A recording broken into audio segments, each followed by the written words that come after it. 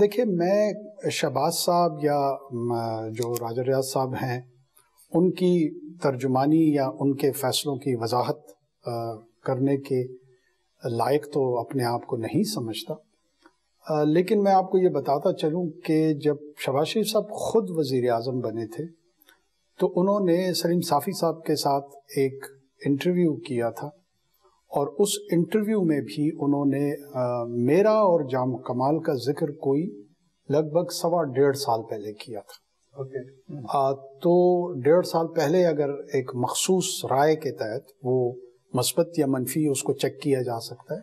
اگر کوئی شخص سوچ رہا تھا اور پبلکلی اس کی ایگزیبیشن بھی کر رہا تھا تو یہ ریفلیکشن ہو سکتی ہے کہ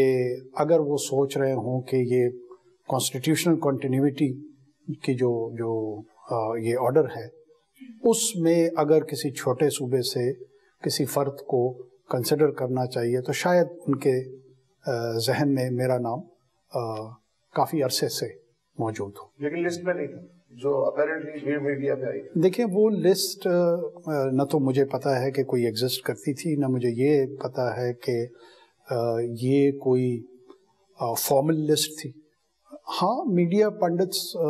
پوری دنیا میں آپ کو پتہ ہے بہت ساری چیزوں پہ ان کی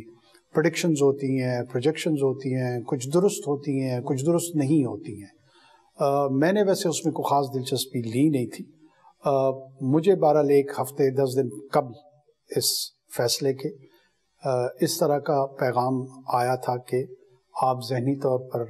تیار رہیں، اگر ہم آپ کو اس منصب کے لیے کنسیڈر کریں تو آپ کا کنسنٹ ہوگا۔ تو ظاہر ہے میں نے اس کو مثبت